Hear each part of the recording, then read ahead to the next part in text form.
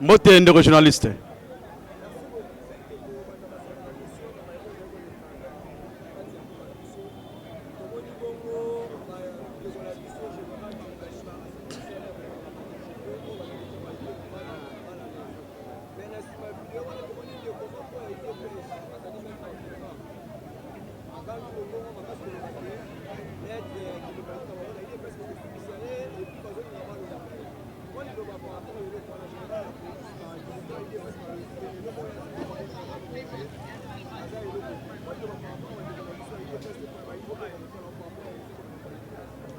Merci ndeko journaliste.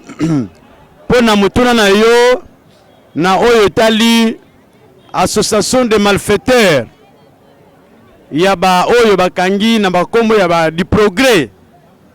Du progrès ezali une association ou une organisation créée par l'UDPS, le parti au pouvoir de M. Félix Tshisekedi et le secrétaire général M. Kabouya.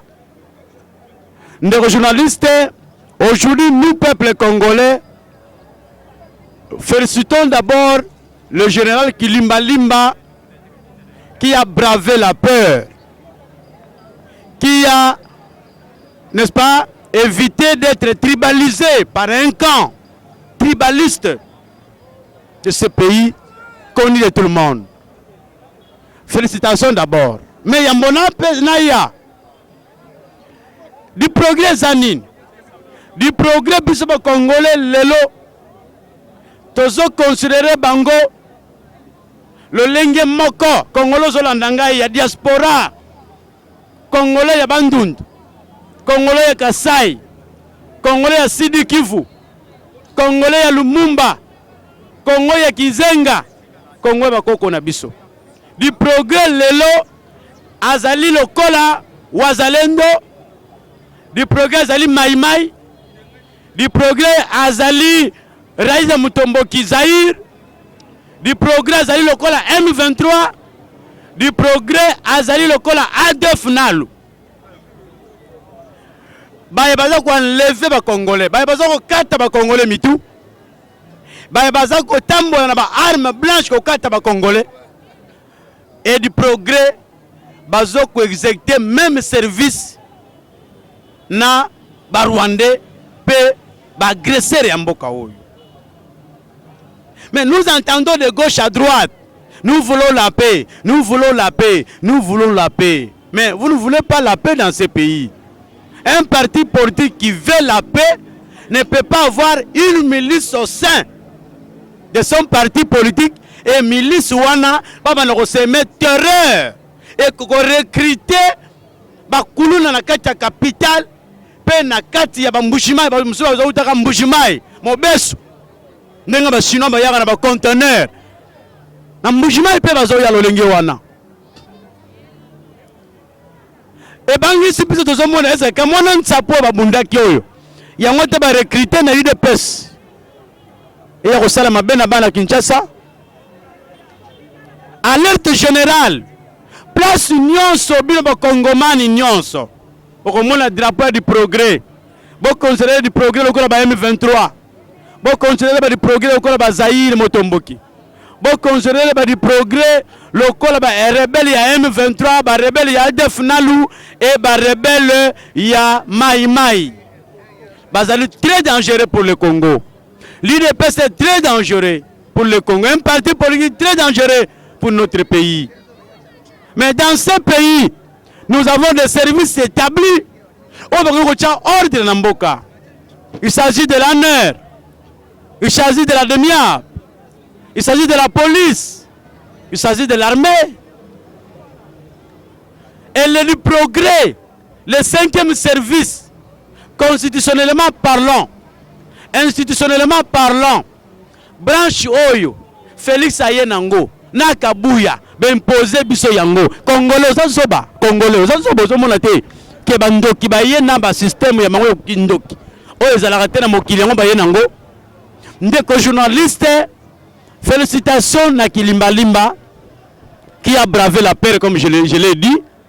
Alongoli kobanga, alongoli kobanga, alakisi na Félix koyoza civil ngai naza soldat nazali militaire bien formé et tango na kotaki musala soldat yo Félix yo Kabuya yo ministre de l'Intérieur bozalaka te bobuto likili. Mais moi qui limbalimba, je suis général. Je vais faire mon travail au peuple à Tindanga. Et peuple à Ngoza, peuple à IDPST. Qui limbalimba, abattre la peuple à IDPST. Abattre la peuple Mobimba. Mais peuple Azan a danger. Pour mon danger, il y a les mamans Olivier Lembe. Babo Maye. Ba assassiné.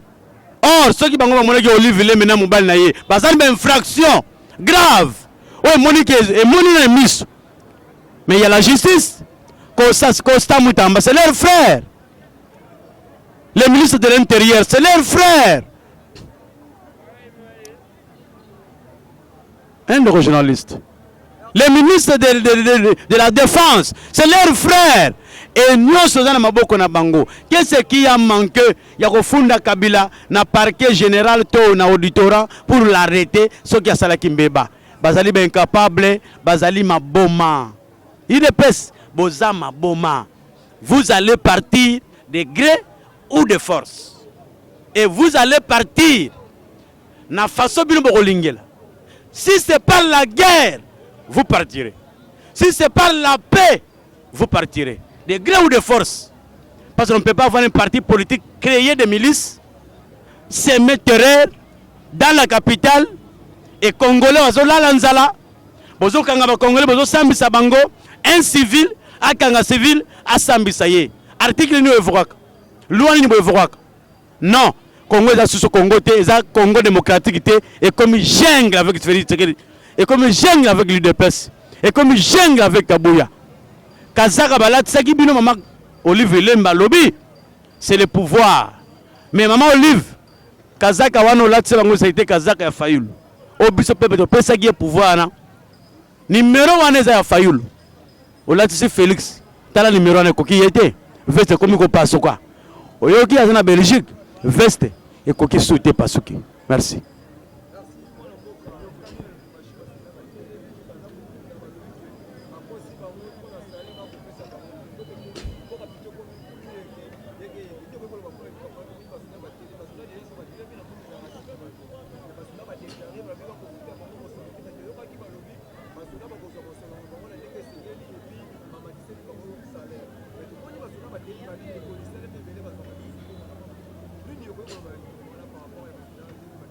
Merci mon amboka pour la question tuningai oyoki ke basoda batomboki pour la salaire na bango basoda nini congolais ah c'est que basoda malien bien na ça attend moi commentaire c'est que basoda ya Burkina Faso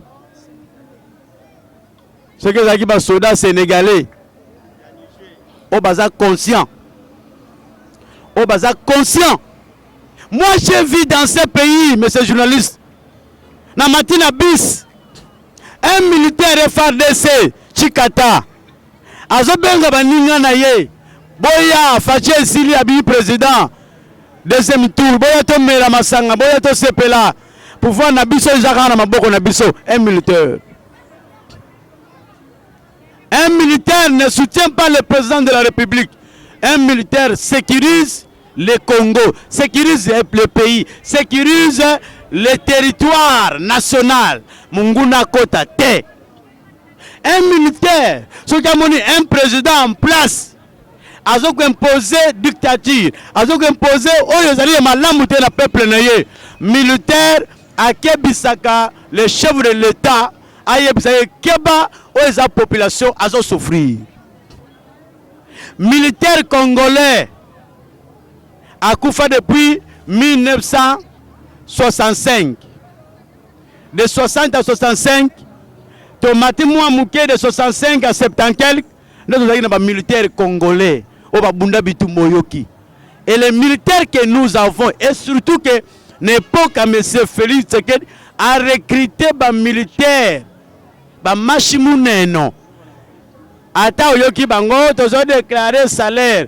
Vous allez déclarer à qui? soda soki azo déclarer salaire abetaka minduki alobanga na monoko te soda soki baosakana na ye abetaka masasi ntango bakoya nini bolingi bafuta biso te kolia mabe soki bolingi te totomboki. C'est ça un vrai militaire. Militaire asalaka déclaration te bakokanga yo.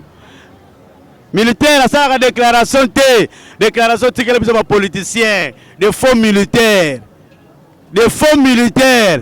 Militaire abetaka masasi soki na kankoko bobeta masasi butu mobimba bakonzi na bango bakoyoka bakoya nini eleka na ka lui basoda batomboki baza nzala basoda batomboki bazomona clarté na guerre na este pesa ordre to boma. C'est ça un militaire. Militaire a commencé la déclaration na papier. Oh Congo ekufi ndeko kobenga les militaires politiciens. Ce ne sont pas des militaires. Papa, tu as ma militaire, tu es Keba.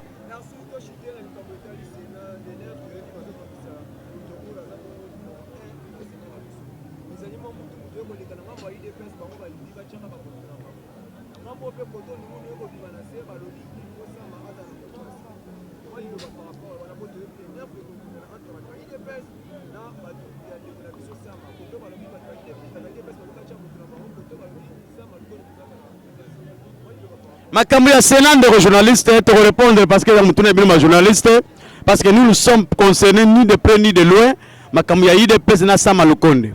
Parlons de Sama Lukonde. Na gestion Congo ça dit 3 ans. Ce Sama Lukonde n'est pas même connu na niveau même ya bébé na biso bana na biso na ba tebe ba bi Sama Lukonde te. Pour Sama n'a jamais coupé un ruban na musala salaki de gauche à droite. Tu vois comment musala ya Sama Lukonde te. Quand le Sama Lukonde va lever à salier l'oroté, c'est-à-dire Félix Mouta salier l'oroté, parce que vision Sama Lukonde, aïe ko soutenir, et ça vision nan, vision Félix. Donc le Conde a dit vision ya mabe, moi na bataille télé, vision on zo kumi c'est ça wa, allié mbongo na kenaye. Donc Félix n'a pas une vision à soutenir. Ce que moi bazo bunda bitumba, il y a candidature na Sénat. Oh, Augustin Kabouya a voulu vendre ces postes. Tant qu'on a terminé la poste, il y a comment coopérer la poste. Tout le bisou peut te retirer. Augustin Kabouya a souligné le bord. Nous avons le bisou peut te la candidat na bisou. Et il y a coïncidé na malade ya Fachi. On va le dire que mon Congo Gumbami. Wana bisou to le bito yo kika bongo. Ça vérifier Gumbami mutam mutoni. Eza kobela. Obi ka premier za teoya oluwaki musala okosili sango tika bilokwana. Olukaki musala. Aussi sayango bana kino balobi olukaki musala lelo okosala nzamba sunga yo ozonga wa deuxième mandat ezozela yo tika biloko wana ndeko ezali passe pe mawa ide pesa balobi ndeko na bango lokola zobela kuna bako CDT parce que président du Sénat c'est lui le dauphin constitutionnel du chef de l'État. Constitutionnellement parlant, oui. Si le président est mort, si Tshisekedi est mort, si Tshisekedi est incapable d'exercer le pouvoir, si Tshisekedi a présenté incapacité, celui qui va le remplacer, c'est le président du Sénat. C'est pourquoi il est président de calculer. Ah, l'Iouezali. Moi, je suis comme kende libanda boy, et tsena bandaka boy. Alors, tu as déjà moutou. Wana nga etali bisote. Etali bisote, etali bango. O wana pene etali bango, etali bisote. Mais bisote sengi batika désordre. Ben institution ce qui est vandité. Rwanda ya wana mboka mobimba balaki nyonso. Ezali maboko na bangoti. Ba M23 bazo gagner du terrain.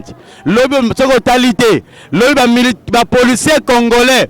Bakimi basimbi bambeto bakati Uganda bakimi. Tobite bazonga na avion. Ce qui est ngana moto yeba ezate côté distraction Augustin Kabouya na Félix na batunaye Félix kuna na mbeta hôpital côté Augustin Kabouya position yebanité côté ba du progrès ba kepa Kabila terreur ba so kangami côté Sénat désordre finalement Congo désordre boy to kende wapi nani o ayaki pona souci ya Congo akosalisa biso na Congo koto ba Rwanda babotola koto M23 koto Félix Tshisekedi na ba di progrès na ye be ba télévision ba passer ba tunitu na butu finalement nzambe tozo kende wapi congolais fongola misu ndeko journaliste toza kuna te makama sena soki ba kobomana ba bomana nous sommes pas là toloba ki ba institution nyonso wana président élu Martin Fayulu mon institution nyonso wana tozo reconnaître yango te pe eye ko sala musala pour le peuple congolais te ekende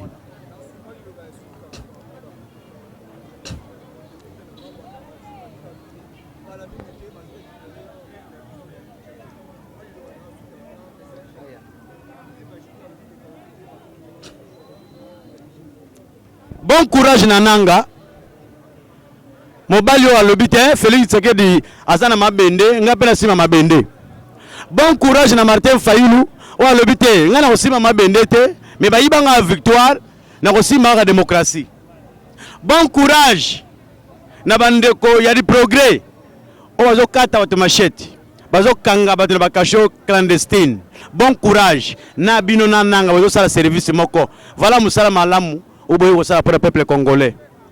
Bandeko nyonso bokolanda ngai naza mutu asikate nazali le camarade océan résistant ya lelo na lobby. Je suis le représentant de Lumumba. J'ai le sang de Lumumba. J'ai le sang de Kimpamvita. J'ai le sang de Simon Kimbangu. J'ai le sang de Panzou. Et j'ai le sang de mes frères Mobondo qui se battent sur le terrain pour leur terre. Pour leur terre. Il y a des Wazalendo en Swahili. Mais dans l'Ingala Wazalendo, c'est les volontaires. Moi, né congolais, grandi congolais, je ne peux pas être volontaire dans mon pays. Moi, je suis Mobondo. Mobondo signifie propriétaire de la terre. Kolo Mabele. Voilà le terme de Mobondo. Kolo Mabele. Kolo Mabele à cause de la volontaire. Pour la Mabele Mabele na ye. Kolo Mabele na bundela ke loko ne po ezaya. Biso toko bunda pona Mabele. Oyo. Ba bozo landa ngai ba kongomani nazali ndeko na bino seya. Ebele bozo lukanga na gauche droite. Nazana téléphone te. Nzambe so sungi na zo téléphone boko mona ngana bilili ndenge na mesana. Mais naza telemi lokola Kimbangu na telemi lokola Lumumba na telemi lokola Kimpamvita. Même na parti na ngai soki mabezali na bali la koganga. Bozo landa déclaration na ngai nazo ganga déjà. Je veux que le Congo ya lobby et dans le Congo oyo ngai na yo du progrès. Ce que comme na Brazza va respecter yo. Ce que comme na France va respecter yo. Mais le long du progrès aux sala. Nana ko respecter yo na Congo Brazzaville. Nana ko respecter yo na France. Des bandits que vous êtes. Balobi mutako tamba na moyibi pas nani moyibi. Félix azotambola na ba di progrès yé pas za di pro or du progrès na kati ya ba institution na kati ya ba mbibeko ya mboka na kati ya ba service à l'état du progrès zate c'est que zali milice c'est que tu maza milice ya suka ndeko journaliste. Je donne aux Congolais cet article de la Constitution, article 165. Boye ba Tshisekedi a trahi le Congo et Tshisekedi a trahi le peuple congolais. Il a déjà cédé une partie des terres de notre pays. Si vous rêvez aujourd'hui Kagame, Nanga, M23 va envahir le parc na biso nyonso, va envahir la montagne na biso nyonso, va envahir le lac na biso nyonso, va envahir la carrière minière na biso nyonso, c'est que richesse ezali ezala maboko ba Rwandais. Si c'est que kuna na poto zonga oya kosilisa likambo yo oluka ki musala okosilisa ngo toche mbabola makala na mutu ata ozotambola te tozala poso otambola docteur sala mbango ayawa soki basinga tokatela awa abana musala voilà mpendeko ona koyi koloba kongomani nyonso bozolanda biso bo soutenir biso na komba oyo poto longa bitumba oyo Kongo ezonga na maboko ya ba Congolais.